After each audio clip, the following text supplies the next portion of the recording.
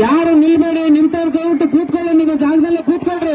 ಇನ್ನು ಬಹಳ ಹೊತ್ತು ದೇವರನ್ನು ನೀವು ಪಾವನ ಆಗ್ತಿದ್ರೆ 7 ಜನ್ಮ ಸ್ವರ್ಗ ಸಿಕ್ಕಿತ್ತು ಅಂತಕ್ಕಂಥ ಮಾತಾಡೋದ್ರ ಮುಖಾಂತರ ಅಪಮಾನ ಮಾಡಿರ್ತಕ್ಕಂಥ ಅಮಿತ್ ಶಾ ಮಾತು ಕೇಳಿ ನಮ್ಮ ಜೊತೆಯಲ್ಲಿ ಬಂದಿರ್ತಕ್ಕಂಥ ತಾಯಂದ್ರು ಏನು ಪ್ರಶ್ನೆ ಮಾಡಿದಾರೆ ಅಂದ್ರೆ ಅವನಿಗೆ ಹೊಟ್ಟೆಲ್ಲಿರ್ತಕ್ಕಂಥ ಮಗುವಿಗೆ ತಿಳಿತದ, ಈ ಗುಟ್ಟದ ಕೂಸಿಗೆ ತಿಳಿತದ, ನಿನಗೆ ಯಾಕಂದ್ರೆ ತಿಳಿಲಿಲ್ಲ ಅಮಿತ್ ಶಾ?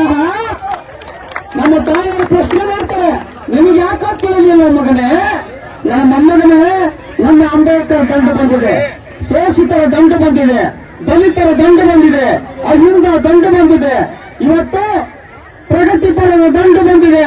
ಬಾ, ನಿನಗೆ ತಾಕತ್ತಿದ್ರೆ ಇಲ್ಲಿ ಬಂದು ಬಾಬಾ ಸಾಹೇಬ್ರ ಬಗ್ಗೆ ಮಾತಾಡೋಣ, ನಿನ್ನ ಗಂಡಸ್ಥಳಿದ್ರೆ ಅಂತಕ್ಕಂಥದ್ದು ಪ್ರಶ್ನೆ ಮಾಡ್ತಾ ಇದ್ದಾರೆ ನಮ್ಮ ತಾಯಿಯಂದ್ರೆ. ಅದಕ್ಕ ಆ ತಾಯಿ ಏನಂತ ಕರೀತಾಳೆ ಅಂತಂದ್ರೆ, ಲೋ ಮಗನೇ, ನನ್ನ ಮೊಮ್ಮಗನೇ, ಬಾರಲ್ಲ ನೀ ಶಾಪುರ ಚೌಕಿಗೆ, ಬಸವೇಶ್ವರ ಚೌಕಿಗೆ ಬಾ ನೋಡೋಣ ಅಂತೇಳಿ ಬಲಿ ಮಾಡ್ತಾ ಇದ್ದಾಳೆ ನಮ್ಮ ತಾಯಿ. ಆ ತಾಯಿ ಹೇಗೆ ಕರೀತಾಳೆ ಅಂತಂದ್ರೆ, ಮಗನೇ ಮೊಮ್ಮಗನೇ ಬಾರಲು ಅಂಬೇಡ್ಕರ್ ಬಂದು ಬಂದಿದ್ದ ಮಾಡಲು, ಮಗನೇ ಮೊಮ್ಮಗನೇ ಬಾರಲು ಅಂಬೇಡ್ಕರ್ ದಂಡು ಬಂದಿದ ನೋಡಲು, ಮಗನೇ ಮೊಮ್ಮಗನೇ ಬಾರಲು ಆಯುಧ ದಂಡು ಬಂದಿದ ನೋಡಲು, ಮಗನೇ ಮೊಮ್ಮಗನ ಬಾರಲು ಆಯುಧ ದಂಡು ಬಂದಿದ ನೋಡಲು.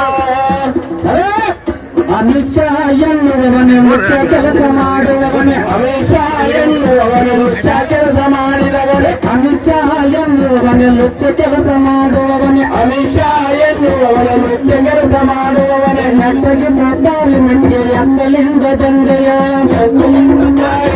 ಎತ್ತಲಿಂದ ಬಂದೆಯ, ಕಿರಾತ ರಾಜ್ಯದವನೇ ಬದುರಿ ಕೆಲಸ ಮಾಡುವವನೇ, ಮಗನೇ ಮೊಮ್ಮಗನೇ ಬಾರಲು ಅಂಬೇಡ್ಕರ್ ದಂಡು ಬಂದಿರ ನೋಡಲು, ಮಗನೇ ಮೊಮ್ಮಗನ ಬಾರಲು ಆಯಿಂದ ದಂಡು ಬಂದಿರ ನೋಡಲು.